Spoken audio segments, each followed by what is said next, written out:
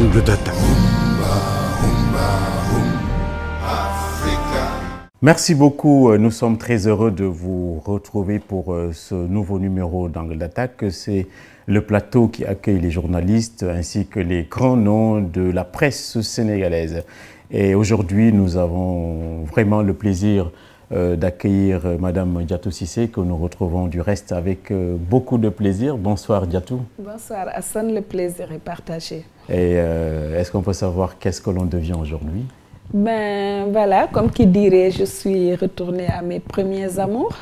Après quelques années de mise en disponibilité, effectivement, je suis retournée à la RTS chez moi, où je dirige la direction des chaînes régionales et des chaînes thématiques, qui doit accompagner le processus d'installation de chaînes au niveau des régions, mais également de soutenir et d'impulser la réflexion pour la mise en place de chaînes thématiques dans le cadre de la TNT. Donc vous ne faites plus d'antenne, si on comprend bien. Qui ça, moi, je travaille sur un concept d'émission, je compte revenir. Voilà, on se rappelle aussi des interviews choc que vous aviez inaugurées sur la chaîne publique. Beaucoup se disaient que Madame prenait beaucoup de risques. Vous n'avez jamais eu de difficultés en posant des questions qui fâchent au président de la République, au ministre de l'époque, c'était Diouf? Ben, c'est sûr que sur le show, il y a des gens qui n'étaient pas contents, mais je pense que le souci du journaliste, ce n'est pas de faire des heureux ou des malheureux. Le souci du journaliste, c'est de poser les questions qui lui semblent être les bonnes. Il fallait le faire, il faut l'assumer. Je pense que quand même, il faut reconnaître à un certain moment, ça a dû impacter un peu négativement sur ma carrière, parce que c'est vrai, quand dans un média public, vous passez pour une tête brûlée, c'est sûr que votre ascension aussi peut s'en trouver quelque peu contrariée. Et avant d'en venir à notre deuxième invité, vous avez également eu à diriger le Synpics. Est-ce qu'aujourd'hui la maison est bien gardée selon vous? Est-ce que l'héritage est sauf? Moi-même, j'ai dû gérer un héritage. C'est le moment de rendre hommage à tous nos doyens qui, dans un contexte qui était particulièrement difficile, dans un contexte de parti unique, dans un contexte presque de pensée unique, se sont battus quand même pour mettre le Synpics en place. Est-ce que la maison est bien gardée? Je ne sais pas trop. Tout ce que je sais, c'est que chaque secrétaire général qui vient aussi, selon son tempérament, selon ses convictions, imprime une marque au Synpics. J'essaie de regarder cela maintenant d'assez loin pour laisser aussi de la place à mes jeunes frères. Voilà, merci Diatou. À nos côtés également, nous avons l'honneur de recevoir Monsieur Mamadou Thierno Talla, qui a également blanchi sous le harnais, c'est le cas de le dire, qui a acquis donc beaucoup d'expérience. Bonsoir Monsieur Talla. Bonsoir Hassan Gueye. Vous aussi, on va vous demander de nous raconter un peu votre trajectoire. Je vous remercie de cette invitation. Je suis heureux de vous revoir et de réentendre cette belle voix. Certainement que Diatou partage cette même sensation. Et je souhaite aussi bonne chance à ITV. Je pense qu'il n'y a rien de tel que la concurrence. Maintenant, pour en revenir à ma modeste personne, après 26 ans de carrière dans la presse écrite, papier, après avoir bourlingué un peu à travers de grands quotidiens. D'abord Sud, c'était la grande école de Sud quotidien, avec Babacar Touré, Feu Ibrahima Fall. Je pense que Sud est resté la plus grande école de journalisme écrit au Sénégal, vraiment. Et je souhaite que cette maison-là continue de vivre. Donc je leur dois une reconnaissance éternelle, parce que c'est eux qui m'ont donné ma première chance dans le monde des médias. Je n'étais pas destiné à être journaliste, j'étais fonctionnaire. Il y a eu également le Populaire. Voilà, il y a eu d'autres LOPS que j'ai contribué à développer. Et à un certain moment, bon, j'ai voulu tenter ma chance en créant mon propre quotidien. L'AS que j'ai dirigé pendant 14 ans. Ce n'était pas évident. Dieu merci, je l'ai cédé à un jeune qui est très bien, Amadou Ba, qui tente aussi sa chance dans ce métier-là, de directeur de publication, de gérant d'entreprise. Et là, je ne quitte pas complètement la presse. Je suis dans le numérique, dans le digital, donc dans l'Internet, avec un site qui s'appelle toutinfo.net. Nous ne faisons pas qu'un site Internet, nous faisons aussi ce que j'appelle l'événementiel intellectuel, parce que nous organisons de grandes conférences sur de grandes thématiques. La dernière fois, c'était sur le français à l'ère du numérique et du multilinguisme. Donc c'est cette mutation-là que j'ai opérée il y a quelques mois et ça me laisse plus de temps à consacrer à ma famille, à la rédaction du premier tome de mes mémoires et à faire ce qui me passionne de plus en plus, l'agriculture et l'élevage. Je pense qu'après 14 années de presse écrite, après 26 ans dans la presse, on peut quand même vouloir faire autre chose de moins stressant, de moins pesant. Ça me permet de rebondir sur le Saint-Pix. Il y a eu des batailles épiques et tout. Elle a tout fait pour avancer la cause de la presse, mais j'avoue que ce n'est pas évident. Et le drame, c'est quand on voit une entreprise de presse fermer boutique. Ce qui est arrivé à Nouvel Horizon, c'est dommage. Ça veut dire que la situation est encore précaire. Il y en a qui s'en sortent, mais c'est une infime minorité. Et même dans les médias publics, ce n'est pas évident. Donc je pense qu'il y a une réflexion à mener pour sauver ce secteur névralgique qui fait partie de ce qui permet à une démocratie de respirer. Et de souffler. Très bien. Donc l'émission d'aujourd'hui sera découpée en 3 parties majeures. La première partie, ce sera du social et de la politique. On va parler de la marche contre la vie chère ou des marches contre la vie chère, le suicide malheureux d'un agent de la police en plein marché.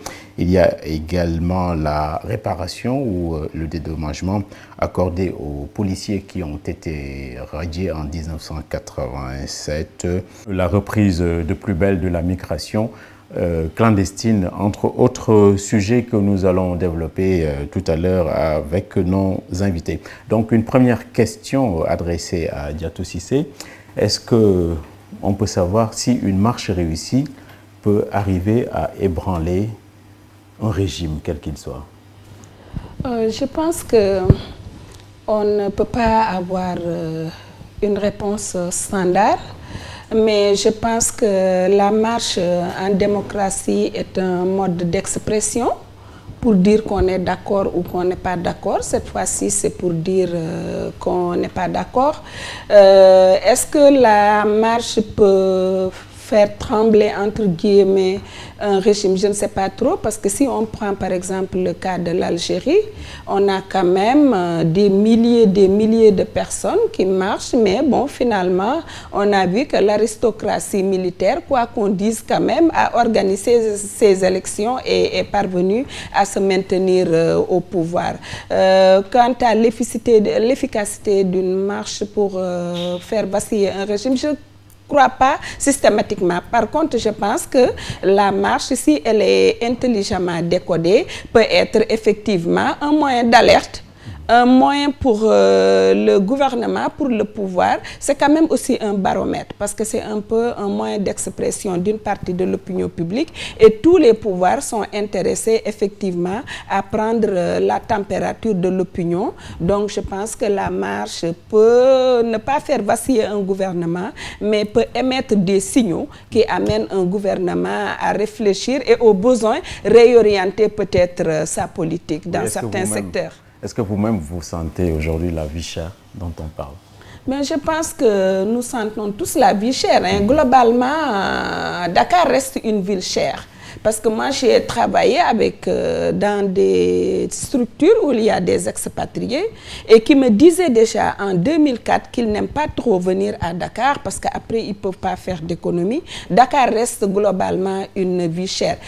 Une ville chère. Et même si tu le compares, quoi qu'on dise, si tu compares le niveau des salaires au Sénégal et les salaires moyens dans la sous-région, parce que le coût de la vie aussi est indexé sur les salaires, tu peux bien comprendre que nous tous, quelque quelque part, qui vivons en tout cas de nos modestes revenus, on sait quand même que la vie est chère. Vous arrêtez un taxi d'ici là pour aller en ville aller-retour, vous en avez presque pour 6 000 francs, qui est l'équivalent de 12 €. C'est beaucoup pour un Sénégalais. Oui, merci.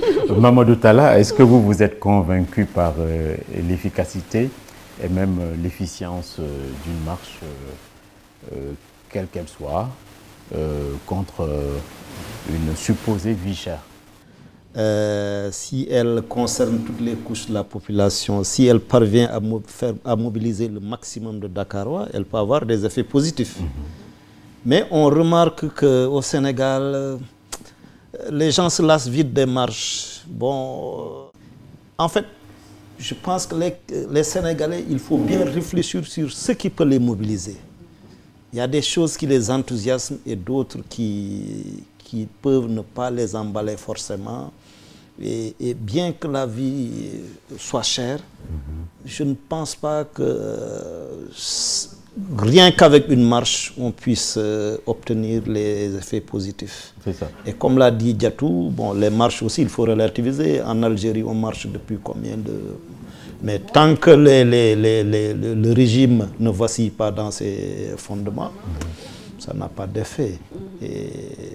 Donc il faut relativiser. Je pense que les choses qui ont fait bouger au Sénégal, c'était peut-être particulièrement le sitting du 23 juin. Ouais, mais à mon avis, qu'une marche ait abouti à quelque chose de positif, de décisif, j'en ai pas souvenance. Les contextes ne sont plus les mêmes. Oui, oui, l'autre chose, c'est il demande également la libération, l'élargissement de Guy Marius Sagna et de ses amis qui sont actuellement en prison. Oui, oui. Maintenant, le Sénégal, c'est une vieille démocratie. Et je pense, comme toute démocratie qui se respecte, les libertés devraient être respectées.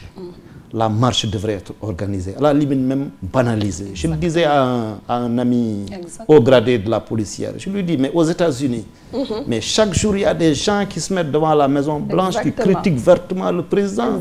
On vous dit, on vous donne 5 minutes. Bon, criez, insultez, faites ce que vous voulez, mais après les 5 minutes, vous vous débarrassez. Un autre vient, il dit, vive Trump, pendant 5 minutes aussi, pas une seconde de plus, il quitte. C'est comme ça. Et maintenant, à l'État de prendre le dispositif sécuritaire nécessaire, mais pour bien garder le palais.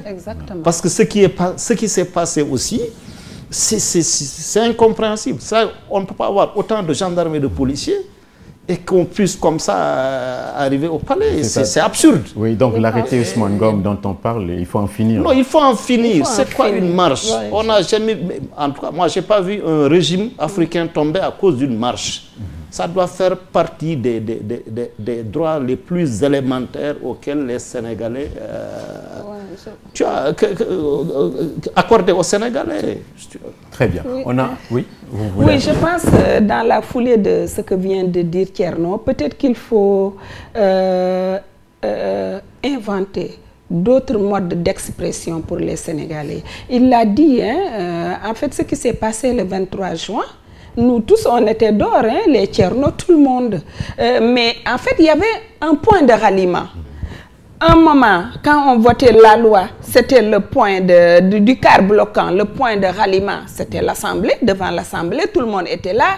Et puis on s'est replié au niveau de l'obélisque, les gens ne marchaient pas, ils se retrouvaient sur place, ils disaient ce qu'ils avaient à dire. Et c'est là où j'étais très contente d'être sénégalaise, parce que dans d'autres pays, quand les gens font des démonstrations de colère, à la limite, les gens sont armés. Moi, j'étais à la place de l'obélisque, il y en a qui venaient avec des tam-tams. Une fois, j'ai vu une jeune dame danser jusqu'à faire tomber sa perruque. Et pourtant, on était en train de lutter pour la démocratie. Nous-mêmes, on avait notre groupe où on mangeait des cacahuètes, on buvait du café, tout bas. Je pense qu'il faut réinventer d'autres modes d'expression pour les Sénégalais. Maintenant, faut-il emprisonner? Je pense que ce qui s'est passé doit nous édifier finalement sur l'inefficacité de l'interdiction systématique des marches. Ils ont été piégés en fait. S'ils avaient autorisé la marche, ils auraient pris les dispositions nécessaires pour protéger la venue de la République. Parce qu'on aurait su où commence la marche et où va se terminer la marche. Mais je pense qu'on doit en tirer des leçons. Et je suis tout à fait d'accord avec Thierno. La démonstration de plus en plus est consubstantielle à la démocratie. Ce n'est pas gênant de laisser les gens marcher 30 minutes et puis se disperser. Voilà, très bien. Cette semaine également, on a assisté malheureusement au suicide d'un jeune agent de la police. Et ce qui frappe, c'est que ça s'est fait en plein marché. Alors Thierno, qu'est-ce que cet événement-là vous dit? Quelle lecture vous en faites? Oui, je pense qu'il y a le philosophe franco-algérien Albert Camus qui dit qu'il y a un seul problème philosophique vraiment sérieux, c'est le suicide. C'est-à-dire comment à cet âge, 35 ans, un jeune dans la force de l'âge, comment se fait-il qu'il se suicide? Bon, il y a deux versions. On dit qu'il était en bonne santé, sa famille. Certains disent qu'il était sujet à des troubles psychiatriques. Mais si vraiment il était en bonne santé, qu'est-ce qui l'a poussé à se suicider? Et je pense que c'est le deuxième cas de suicide dans la police. C'est vrai, donc c'est quelque chose d'exceptionnel. Mais qu'est-ce qui doit le pousser? Bon, est-ce que c'est la surcharge de travail? Est-ce que c'est le stress? Est-ce que c'est les questionnements au quotidien? Donc je pense que c'est une question sérieuse c'est une réflexion qu'il faut engager à ce sujet-là. S'il était, comme disent certains policiers, sujet à des problèmes psychiatriques, ça veut dire qu'il fallait le sortir des rangs. Il ne fallait pas le laisser dans la circulation, en mettant sa vie en danger, celle des autres en danger aussi. Est-ce qu'il y a un psychologue qui prend soin de ce type d'agent dans la police? Qu'est-ce qui se passe? Et je pense qu'il faut même pousser la réflexion et pousser les choses jusqu'à instituer une journée de la police. Parce qu'il existe une journée des forces armées qui regroupe les militaires et la gendarmerie. Les forces armées, donc c'est tout le monde. Mais il n'y a pas de journée de la police. Or, c'est eux qui sont le plus en contact avec les populations. C'est eux qui sont...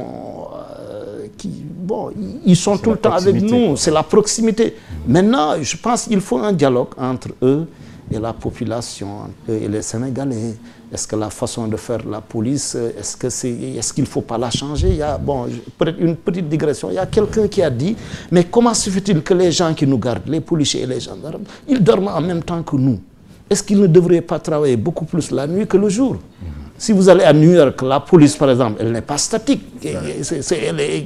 C'est dans des véhicules. Elle tourne tout le temps. Parce que les crimes, d'habitude, c'est la nuit. Voilà. Donc, et peut-être le jour, on peut mettre des policiers moins jeunes, plus âgés, les ASP. Mais la nuit, je pense que c'est les principales forces de la police et de la gendarmerie qu'il faut mettre dans les quartiers chauds. Donc, il y a toute une réflexion à mener et instituer une journée de la police pour qu'ils parlent, qu'ils évoquent leurs problèmes, que les citoyens aussi leur parlent et qu'on voit comment améliorer leurs conditions de travail, leurs conditions de vie, leur salaire, etc. et tout, pour que ça avance. Mais il ne faut pas de syndicat dans la police. Pourquoi pas? Pourquoi pas? Pourquoi pas? Bien. Et puis le bureau... En France, ils ont un syndicat, mais je pense qu'ils n'ont pas le droit d'aller en grève, je crois. C'est ça. Ou peut-être eux ou les magistrats. Voilà. C'est peut-être les magistrats qui n'ont... Voilà. Le bureau de presse de la police a d'ailleurs sorti un communiqué pour dire qu'il est consterné, le bureau, par ce qui est arrivé. Est-ce que, Diatou, vous pensez que la police, le bureau de presse en tout cas, doit s'en arrêter là? Je pense que avant d'en arriver là, le suicide est un drame. Et le suicide reste un mystère intégral. Seul le suicidé ou la suicidée établit les codes qui font qu'il décide d'abréger sa vie. Donc, je pense, moi, qu'on doit éminemment de respect et d'empathie pour toutes les personnes qui se sont suicidées. Mais je pense que, sans vouloir disserter, c'est un phénomène complexe. Moi, une fois, j'ai discuté avec un éminent professeur et qui me disait, Diatou, il faut savoir qu'il y a des gens qui sont inaptes à la vie. Et c'est souvent ces genres de personnes qui se suicident. Il n'y a pas de suicide finalement spontané comme ça sur le tas. Donc c'est un phénomène complexe. Je pense que la science, la médecine n'a pas encore élucidé. Mais je pense que Thierno a raison. Il faut je pense que la police ne va pas s'en arrêter là. Parce que quoi qu'on puisse reprocher à notre police quand même, ils sont très très férus en enquête. Et quoi qu'on puisse dire quand même, nous avons une police où il y a d'éminents intellectuels qui sont capables d'appréhender ces genres de phénomènes lorsque ça survient dans les rangs. Et moi, je pense qu'ils feront les enquêtes nécessaires. Peut-être Thierno l'a dit, un devoir de vigilance. S'il est établi, parce qu'on en est à spéculer, s'il est établi qu'il avait des troubles psychiques, qu'il n'était pas toujours dans un état normal, moi je dis si on le met dans la circulation, en fait, on met même tout le monde en danger, parce que ce policier-là peut dire à certaines voitures d'avancer, d'autres et créer même des accidents. Mais je sais que la police saura en tirer les conséquences. Je leur fais ce crédit-là. Oui, c'est ça. À côté, il y a eu une bonne nouvelle, on peut l'appeler ainsi, avec la décision d'indemniser les policiers qui ont été radiés à la fin des années 80. C'est une bonne nouvelle, ça. Après... Oui, mais qui intervient sur le tard. Ça fait 32 ans quand même. Il y en a beaucoup qui sont à la retraite. Presque tous peut-être sont à la retraite. D'autres sont morts.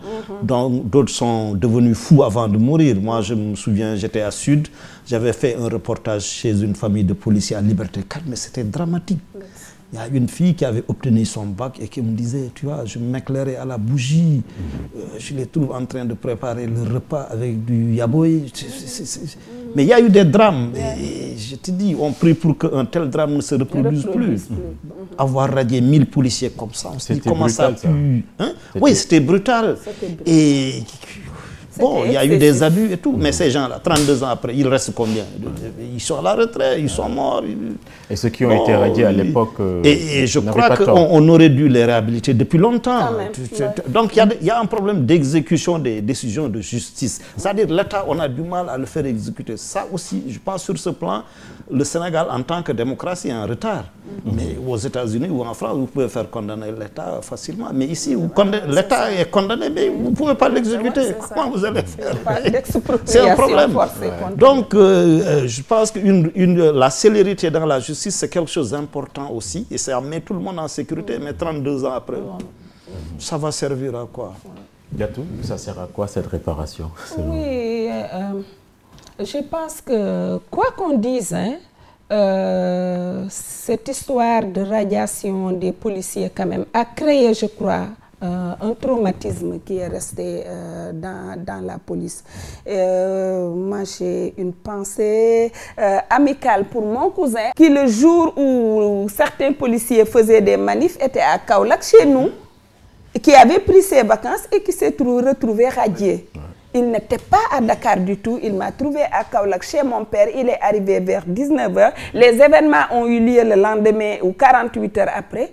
Un brillant inspecteur de police, un très brillant enquêteur, ça lui a valu, en fait, toute sa trajectoire de vie professionnelle a été contrariée parce qu'il s'est retrouvé sur le carreau. Donc, il y a des drames incommensurables et, comme il dit, plusieurs bénéficiaires directs sont morts, à moins que ça ne profite à leurs ayants droit. Et moi, j'ai peur même que ça ne contribue finalement à éclater des familles qui avaient déjà des problèmes parce que quelle est la clé de répartition, qui gère quoi, qui va prendre quoi. L'État devrait quand même effectivement que lorsque l'État est en tort contre des citoyens, que l'État quand même puisse s'exécuter. Ça aussi, ça fait partie, à mon avis, de l'État de droit, mais ça fait partie aussi du respect des droits humains et des droits des citoyens, à mon avis. Très bien. Il y a eu également un autre sujet très difficile sur le plan philosophique.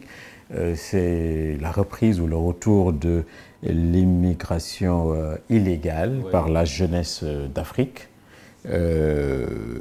Qu'est-ce que ça vous dit? Ça vous dit soit que nos États ont tellement de défaillances et de lacunes sur les politiques publiques qu'ils ne savent pas faire de la jeunesse, ou c'est une forme de folie de la part de cette même jeunesse qui veut braver la mer pour accéder à un certain Eldorado. Quelle lecture vous faites de cette situation dramatique? Oui, ça aussi, malheureusement, c'est un autre drame. Et j'ai peur que ça ne continue. Parce que ces jeunes qui ont péri en mer, il paraît qu'ils ont été encouragés par une première vague qui a réussi à aller en Espagne le jour du Magal de Touba. C'est ça. 2 semaines Bon, auparavant. comme le Magal mobilise beaucoup de policiers, de gendarmes et tout, bon, il y a eu peut-être du laxisme au niveau de la surveillance des côtes. Ils ont pu aller et arriver à bon port en Espagne. Donc ça a donné des idées aux autres qui ont pris leur courage à deux mains, qui ont pris le risque et qui sont partis. Parce que l'autre drame aussi, c'est d'être adulte, d'être chômeur et de ne pouvoir rien régler, de basique. Vous ne pouvez rien régler pour vous-même, vous ne pouvez rien régler pour vos parents. Donc toutes les voies, toutes les solutions sont imaginables, sont possibles pour aller se sauver. Et on se dit que, quelle que soit la situation en Europe, elle est 10 fois meilleure que celle qu'il y a au Sénégal. Donc le problème qu'il faut régler, et à mon avis, c'est ça l'équation qu'aucun régime n'a pu encore régler au Sénégal, c'est la question de l'emploi. L'emploi, non seulement des jeunes diplômés, mais encore des jeunes non diplômés. Qu'est-ce qu'il faut en faire? Il paraît que rien que pour les diplômés, c'est 100 à 150 000 qui arrivent chaque année sur le marché. Où est-ce qu'il faut les insérer? Où est-ce qu'il faut les mettre? Bon, les secteurs porteurs d'emploi de forte croissance, c'est l'agriculture, c'est l'élevage. Mais c'est tellement dur que les jeunes, ça ne les intéresse pas. Il y a aussi autre chose, c'est qu'il y a de plus en plus de jeunes filles et de femmes qui s'engagent dans cette aventure. Qu'est-ce que cela vous inspire? Oui, ça c'est vrai. L'Office des migrations a attiré l'attention sur le fait. Le phénomène migratoire était un phénomène quasiment masculin. On compte de plus en plus de femmes parmi les migrants et bien sûr, leur position de femme les rend doublement vulnérables. Au-delà du risque partagé de couler en mer, certains quand même sont même victimes d'abus sexuels ou de kidnapping. C'est des phénomènes qui sont pointés. Mais moi, pour en revenir à la migration, je n'arrive pas à appréhender ce phénomène. Et je me demande pourquoi les sociologues, les psychologues ne s'emparent pas du phénomène pour nous dire. Parce que tous ces jeunes-là aussi qui partent, mais ils laissent le champ aussi. Moi, je vois des jeunes de la sous-région qui sont là, qui font du petit commerce, qui arrivent quand même à s'en tirer. Tu te dis pourquoi ça n'inspire pas les jeunes Sénégalais. Et il y a beaucoup de drames. Peut-être aussi nous, les médias, nous ne sommes pas parvenus à amener l'autre facette. Je vais vous dire rapidement, moi j'ai été une fois à Athènes. J'avais porté un pagne indigo et il y a un jeune homme qui vendait des sacs dans la rue. Quand je suis venue à sa hauteur, il m'a dit « Vous êtes sénégalaise ?» Je dis « Oui, je suis sénégalaise. » Et puis on a commencé à sympathiser. Et en 5 minutes, il me dit « Vraiment, ma sœur, ce que je regrette le plus, c'est d'avoir vendu ma cantine.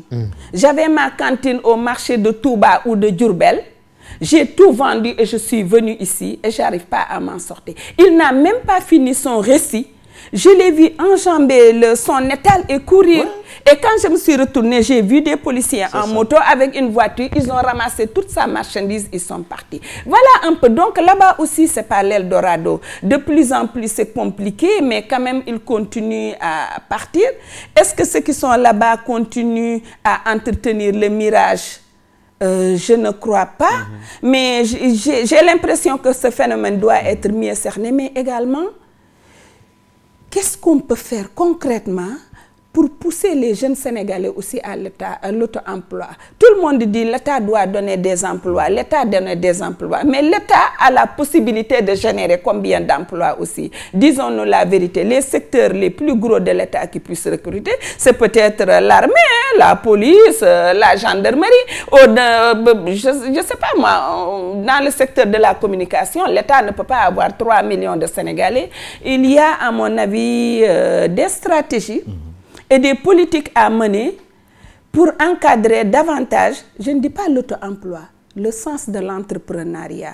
Très souvent, nous les Sénégalais, nous sommes plus des salariés que des gens qui entreprennent. Et ça, c'est un problème, c'est une faiblesse à mon avis. Très bien. Si tu permets, par rapport à ce que Diatou a dit, par rapport aux jeunes de la sous-région, qui viennent au Sénégal et qui gagnent bien leur vie, en tout cas qui sont à l'aise ici. Je prends l'exemple de mes parents peuls guinéens. Mais ils sont dans tous les secteurs. Oui. Le matin, quand moi je vais à la boulangerie, c'est de jeunes Guinéens que je trouve. c'est eux qui ont les pousse-pousse, c'est eux qui sont les revendeurs de café et tout.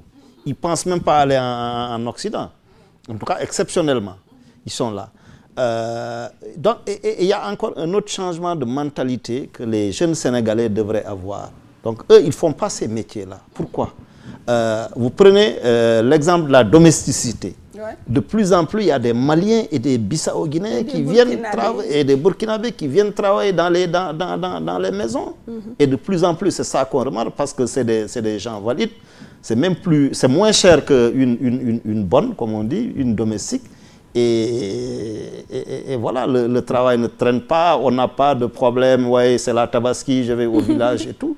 Donc il y a un changement de mentalité qu'ils devraient aussi adopter. D'autant plus que ces jeunes Sénégalais-là, quand ils vont à l'étranger, ils font n'importe quel boulot. Pourquoi ils ne l'accepteraient pas ici? Même ceux qui font le ménage, la cuisine lors des cérémonies de mariage, baptême, etc. Mais c'est des hommes. C'est ça. Oui, c'est un problème aussi. Avant d'enjamber sur la deuxième partie, on va parler de politique et notamment de petite politique avec les noms d'oiseaux que se sont distribués certains frères de parti.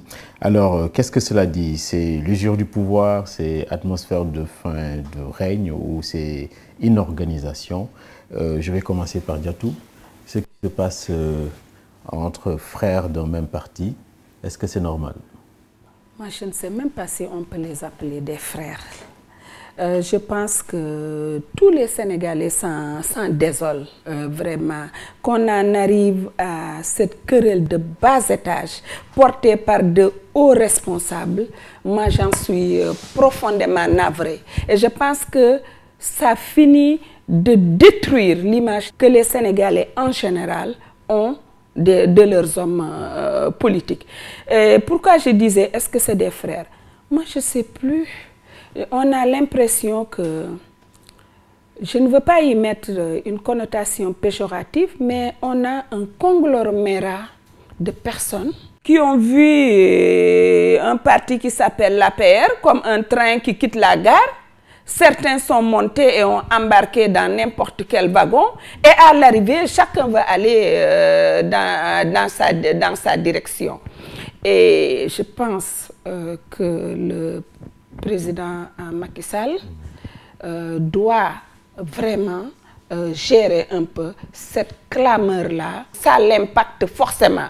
Ceux qui veulent le défendre et qui le défendent très mal même, en disant des choses qui enfoncent davantage la gestion sobre et vertueuse, aussi bien ceux qui insultent à tout va. Je pense que dans les deux cas de figure, le parti APR et le président au premier chef n'ont absolument rien à gagner et que la récréation sera sifflée. Peut-être qu'avant de laisser la parole à Thierno, derrière un peu cette foire d'empoigne aussi, peut-être qu'il y a des positionnements, peut-être il y a l'après-Macky, chacun veut peut-être contrôler un bastion ou faire le plus de bruit possible pour pouvoir peut-être être identifié et repéré, mais ça ne les honore pas. Ce qui alimente ce débat actuellement, ça ne les honore absolument pas. C'est ça. Thierno, est-ce que le parti au pouvoir, on peut l'assimiler aux écuries de GIAS? Et est-ce que M. le Président de la République peut faire quelque chose? Bon, en fait, moi, j'ai beaucoup de regrets. Je suis désappointé, je suis meurtri, quoi. Surtout par un des personnages que je connais le mieux. C'est Yakham Mbaye, c'est un confrère. Je me demande pourquoi il se rabaisse à ce niveau-là, pourquoi il accepte ce débat de bas étage. Donc je suis meurtri pour mon frère Yakham, parce que c'est un homme, c'est vrai, il est courageux et tout, intelligent, mais je pense qu'il n'avait pas sa place dans ce débat. Parce que le président, il a un porte-parole, l'APR a un porte-parole, que je ne sais pas, Yakham. Pourquoi? De quoi il se mêle? Et c'est ça qui est regrettable. Moi, je pense qu'ils auraient pu discuter et ils auraient dû discuter de questions beaucoup plus importantes, de questions beaucoup plus sérieuses. Un Moustapha Lo, s'il se mettait à réfléchir sur les moyens d'endiguer l'insécurité à tout va, etc., comment régler le problème de l'assainissement. Bon, si un Farba Ngom se mettait à réfléchir sur le développement du footage, je pense que ça aurait été beaucoup plus utile.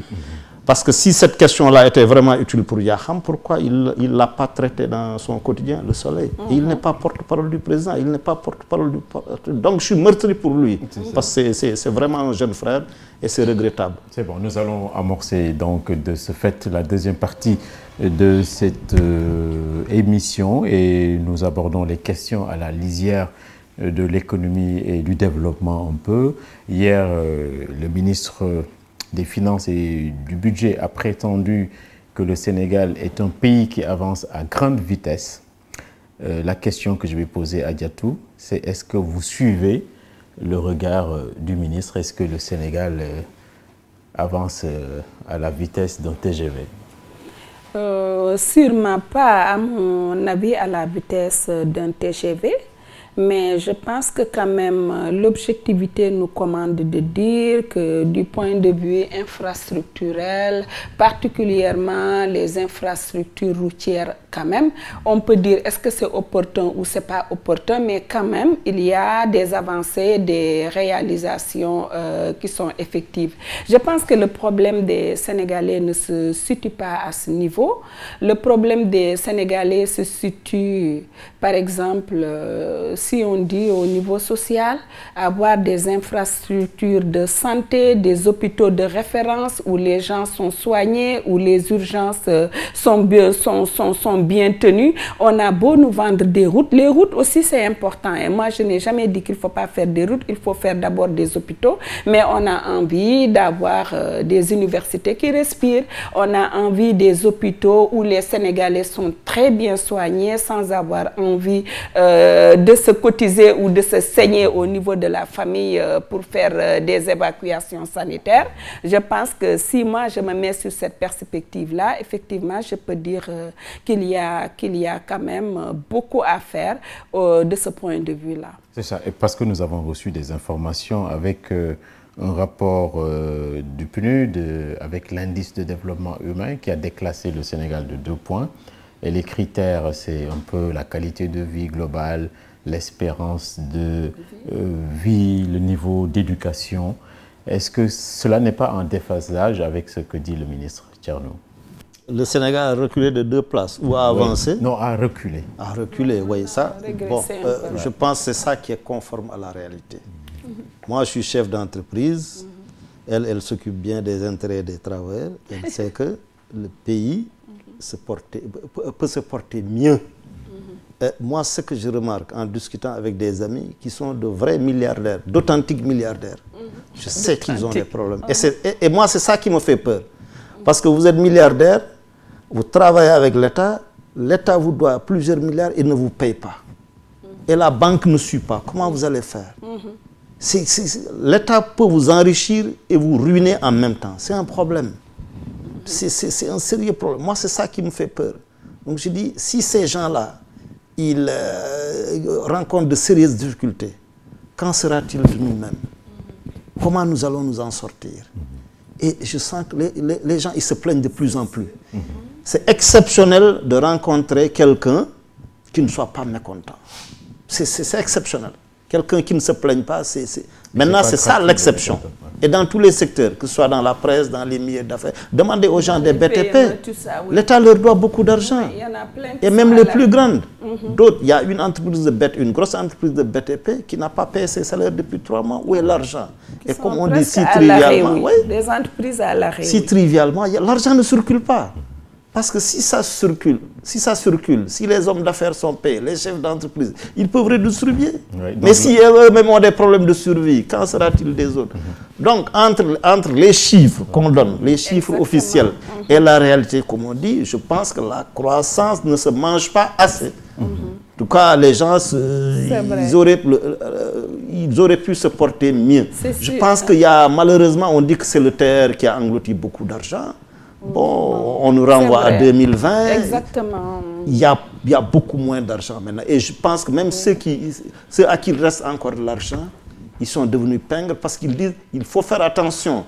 On ne sait pas de quoi demain sera fait. Donc, on garde des réserves stratégiques en se disant on ne sait jamais. Très bien. Et moi, c'est ça que je ressens tous les jours. Je suis chef d'entreprise. Absolument, absolument. Et quand dans un contexte pareil, on vous chiffre des coûts de téléphone à coût de milliards, des voitures achetées à coût de mariage, rapportées à notre quotidien de citoyens lambda, c'est sûr que nous ne sommes pas contents. Et je pense que l'un des plus gros problèmes du Sénégal, c'est son administration. Elle est budgétivore, elle n'est pas forcément efficiente. Un ministre coûte cher, un DG coûte cher. Tu vois, c'est un problème. Il y a beaucoup de gabegies, quoi. Oui, comment on peut avancer comme ça? Oui, et cette même semaine, on a entendu la présidente de l'OFNAC regretter à demi-mot le fait que beaucoup de responsables qui sont à des postes importants n'aient pas fait leur déclaration de patrimoine. Et qu'à côté, l'OFNAC s'intéresse maintenant à la tricherie dans les écoles. Est-ce que l'OFNAC a le droit de s'intéresser à la tricherie dans nos écoles? D'abord, pour parler de la déclaration de patrimoine, je dois dire à la vérité que j'ai travaillé à l'OFNAC et que forcément, je suis contrainte quand même à une obligation de réserve parce que ça fait partie. Mais pour ce qui est de la déclaration de patrimoine, je sais que l'OFNAC n'a presque pas de moins de contraintes pour les personnes qui ne déclareraient pas tout leur patrimoine et ça a toujours été un problème. Maintenant, la tricherie à l'école, c'est un débat. Hein? Moi, je pense que c'est bon de cibler la jeune génération, mais je pense qu'il y a tellement à faire également avec la grande corruption qui sévit aux yeux et au vu de tout le monde, que peut-être aussi il faudra bien la cibler et l'articuler dans les stratégies de mobilisation contre la fraude. Excusez-moi, votre passage à l'OFNAC m'avait un peu échappé. Thierno, sur ce sujet, est-ce que la tricherie à l'école, ce n'est pas l'affaire des parents, de l'éducation nationale et que l'OFNAC a mieux à faire? Oui, je pense que l'OFNAC a beaucoup plus à faire que de s'occuper de ça. Parce que comme on le dit, la corruption, c'est un sujet sérieux dans ce pays-là. On sait tous comment les uns et les autres s'enrichissent. Surtout quand on est fonctionnaire, surtout quand on est dans les régies financières. Tout le monde se connaît dans ce pays. Bon, et ils ont les moyens de prendre les gens. Mais est-ce que l'OFNAC a une fois pris quelqu'un? Je ne sais pas. Mais depuis le départ de la dame... Peut-être aussi, c'est peut-être un peu les limites dans l'action de l'OFNAC. Parce que l'OFNAC, effectivement, a la faculté de mener des enquêtes. Mais l'OFNAC n'a pas la faculté de mener des poursuites. Une fois les enquêtes bouclées, et ça je ne trahis pas un secret, c'est sur le site de l'OFNAC, quand l'OFNAC a fini de boucler son enquête, sa mission s'arrête là. L'OFNAC ne fait que transférer le dossier au procureur qui est maître des poursuites, donc qui peut donner suite ou pas. Ça c'est aussi à mon avis une limite, une entrave quelque part à l'action de l'OFNAC. Et c'est là également où le Sénégal devrait évoluer, devrait avancer en tant qu'une vieille démocratie. Je pense que le procureur devrait apprendre à s'autosaisir le plus souvent. Mais en fait, c'est toujours sous l'injonction des politiques et ça le freine un peu. C'est un problème. Mais tout le monde sait qui est corrompu, qui ne l'est pas, qui s'est enrichi illicitument, qui ne sait pas. De toute façon, l'État a les moyens de savoir pourquoi l'État ne sévit pas. C'est ça. Et depuis le départ de Notre-Dame, ça me semble un peu... Oui, c'est des styles différents. Bon, je pense que Nafi Ngom était plus expansive. Celle-là, elle est plutôt réservée. Bon. Très bien. Il y a également cette semaine l'annonce de la revalorisation des salaires des agents du privé, 5 à 8%. Certains ont dit c'est dérisoire, c'est 10 000, 15 000. Est-ce que vous pensez la même chose, Thierno? Moi, je me demande, est-ce que si on annulait la hausse du prix de l'électricité, est-ce que ce ne serait pas plus salutaire que cette hausse de 5%? 5%, qu'est-ce que ça peut apporter? Je pense qu'au-delà même de cette augmentation des salaires du privé, etc., je pense que c'est l'environnement qu'il faut améliorer. C'est-à-dire inciter les gens à investir, à recruter. Et dans les régions les plus reculées, hein, leur accorder des mesures incitatives. C'est-à-dire pousser. Je donne un exemple très simple. Vous prenez la région du Nord, Saint-Louis, Matam. Mais en dehors de la CSS, vous quittez Richard Toll jusqu'à Bakel, Il n'y a pas d'usine. Bon, comment inciter nos milliardaires ou d'autres hommes d'affaires à investir dans ces régions-là? Comment fixer les populations? Comment inciter les gens à aller investir à Ziguinchor, à Tambacounda? Je pense que c'est là où l'État devrait axer sa réflexion. Tout rapidement, le ratio de la hausse, il est faible selon vous? Mais ça sert à quelque chose. Comme on dit, il est faible, mais ça vaut mieux que rien. Je suis en train de me dire que pour les gens du privé au moins, pour aller un peu dans le sens de Thierno, on leur permet au moins de payer la hausse de l'électricité. Avec 5 ou 8%, peut-être ils vont compenser la hausse sur le prix de l'électricité, ce qui n'est pas le cas des fonctionnaires et assimilés. Donc le public pourrait demander la même chose. Voilà, en fait, il nous reste moins de 5 minutes. On va parler du monde un peu et de ce qui nous entoure, avec ce qui s'est passé il y a 2 jours au Niger, où l'armée, 71 morts, a été presque décimée. Est-ce qu'on peut dire, comme analyse, que les djihadistes et les groupes terroristes sont en train de gagner la guerre là-bas dans le Sahel? Non, ils ne sont pas en train de la gagner, mais ce qui est certain, c'est qu'ils sont devenus une véritable internationale. Eux, au moins, ils sont soudés. Parce qu'ils savent quand frapper, où frapper, et malheureusement, ça leur réussit. Au Burkina, au Niger et au Mali. Et c'est dramatique hein, ce qui s'est passé au Niger, parce que voilà un peuple sympathique. Moi, j'ai nos meilleurs amis au Prytanée militaire de Saint-Louis, qui est une école panafricaine. C'était les Nigériens, c'est comme les Sénégalais. Donc quand ça survient comme ça, chez eux, ou même partout ailleurs, ça fait très mal. Et on se dit, on a encore de la chance que ça ne nous arrive pas. Mais Dieu seul sait. Et le Sénégal y échappe encore. Mais donc s'il y a une véritable internationale, c'est bien celle du terrorisme. Et il y a l'ancien ministre des Affaires étrangères, Cheikh Tidiane Gadio, qui a fait une sortie intéressante lors de la journée de l'écrivain à la maison Birago Diop. Il disait qu'au-delà du G5, il faut associer le G5, il faut associer d'autres pays au G5. Par exemple, la Libye, l'Algérie, le Sénégal, le Nigeria, l'Afrique du Sud. Il faut, comme ça, on aura une véritable internationale qui lutte contre le terrorisme. Mais là, il y a encore des problèmes. Malgré l'apport de la France, malgré l'apport des Américains, pourquoi ça cale? Est-ce que les gens, ces puissances-là, ont vraiment envie qu'on en finisse? Alors que de l'autre côté, ils sont très soudés, ils savent, ils sont très forts, malheureusement. Et moi, jusqu'à présent, je ne comprends pas qu'un pays comme le Nigeria, qui est la deuxième armée ou la première armée de l'Afrique, ne parvienne pas à bout de Boko Haram. Voilà, tout ça, c'est des problèmes. Diatou Cissé, comment on peut comprendre qu'une armée, le Niger et même d'autres armées, Burkina, Mali, soit si vulnérable? Je pense d'abord, il faut noter que le phénomène du djihadisme, c'est quand même pas une guerre conventionnelle.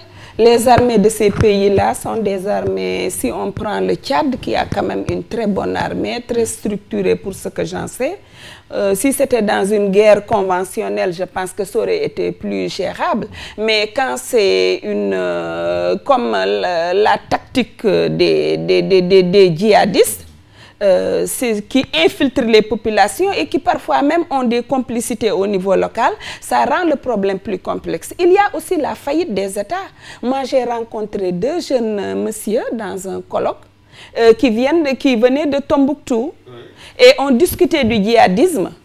Ils m'ont dit, écoute, ma fille, nous, on est mieux avec les djihadistes. Ah bon? Parce que, je vous jure, parce que nous, maintenant, tu peux laisser ton vélo d'or, personne ne vole. Tu peux aller tranquillement à la mosquée, tu pries le matin, tu fermes pas ta porte parce qu'eux, ils surveillent. Oui. Mais quand les djihadistes n'étaient pas là-bas, l'État n'était pas là-bas, c'est les bandits, c'est les voleurs, ils volent notre bétail, ils pillent. Quand des gens, et ça c'est des gens du nord du Mali qui m'ont développé ce discours, je pense que ça interpelle. Ça veut dire que devant la faillite des États à assurer la sécurité des personnes, les djihadistes sont venus par le biais du terrorisme, mais pour les partis qu'ils contrôlent, ils sont parvenus au moins dans cette contrée-là à leur assurer un peu de la sécurité et de la quiétude. Et ça, c'est un gros problème. Juste pour terminer, Thierno a raison. Moi, peut-être l'Afrique ne compte pas trop, peut-être l'Afrique ne pèse pas trop, mais ce djihadisme-là, quelque part aussi, ça a été boosté par ceux qui sont allés bousiller Kadhafi. Et Déby a raison, ils ont créé le chaos, ils n'ont pas assuré le service après-vente. Et effectivement, je pense que la position de l'Afrique, ce n'est pas de se dépatouiller et de réunir ses petits moyens pour faire face au djihadisme, mais c'est de mobiliser la communauté internationale pour qu'on sache que c'est un problème mondial qui nécessite effectivement un sursaut mondial. Très bien, le temps est épuisé. Est-ce que les chefs d'État du G5 doivent aller répondre à Emmanuel Macron, bien qu'il a reporté sa rencontre ou sa convocation? Voilà, et moi, ce que j'ai remarqué depuis l'avènement, depuis quelque temps, c'est en fait... Une minute. Je pense qu'il y a l'émergence d'une nouvelle conscience africaine. C'est pas qu'un Salif Keïta, chanteur malien, qu'un Baaba Maal sortent de leur gond. Et à juste titre, je pense qu'ils ont raison, que le président Kaboré aussi ait décrié la forme avec laquelle le président français les aurait convoqués en France. Bon, c'est heureux même qu'on ait renvoyé le rendez-vous. Je pense qu'il y a une nouvelle conscience qui émerge, qui montre que les Africains se décomplexent et qu'ils ont plus de courage par rapport à la France. Il est quand même temps, après 60 ans d'indépendance, de s'émanciper. Macron a commis une faute de communication, selon vous, le président français? Oui, faute de communication, de prétention un peu aussi, hein, mais bon, je pense que les chefs d'État, de toute façon, leur opinion publique ne l'ont pas laissé faire. Et je pense que lors de ces rencontres, ce sera peut-être une opportunité pour remettre les pendules à l'heure, à défaut de recadrer un peu quand même le président Macron. Parce que quoi qu'on dise aussi, je pense que leur implantation au Mali, c'est vrai, au début c'était salutaire, ils ont été accueillis à bras ouverts, il faut le faire. Mais de fait, quand même, ils avaient cautionné la partition du Mali. Il faut également le dire, leur connexion avec l'Azabat n'a pas été toujours proche. Et moi, je tiens de sources françaises, bien sûr aussi, que ça a été un terrain d'expérimentation de toutes leurs armes aussi. Hein. Donc, bon, ce n'est pas toujours le bon samaritain qui se présente au Sahel. Merci beaucoup, Diatou. Merci beaucoup. On était très contents de vous recevoir et surtout de recevoir cette forme de liberté de temps et d'expression. Merci beaucoup, Mamadou Thierno Talla. Merci, Hassan. À la prochaine. Merci beaucoup, Diatou. Merci, Hassan. Et c'était un plaisir de partager le plateau avec mon frère Thierno. Voilà, merci beaucoup. Donc, nous vous donnons rendez-vous la semaine prochaine. D'ici là, restez avec les programmes d'ITV et bonsoir.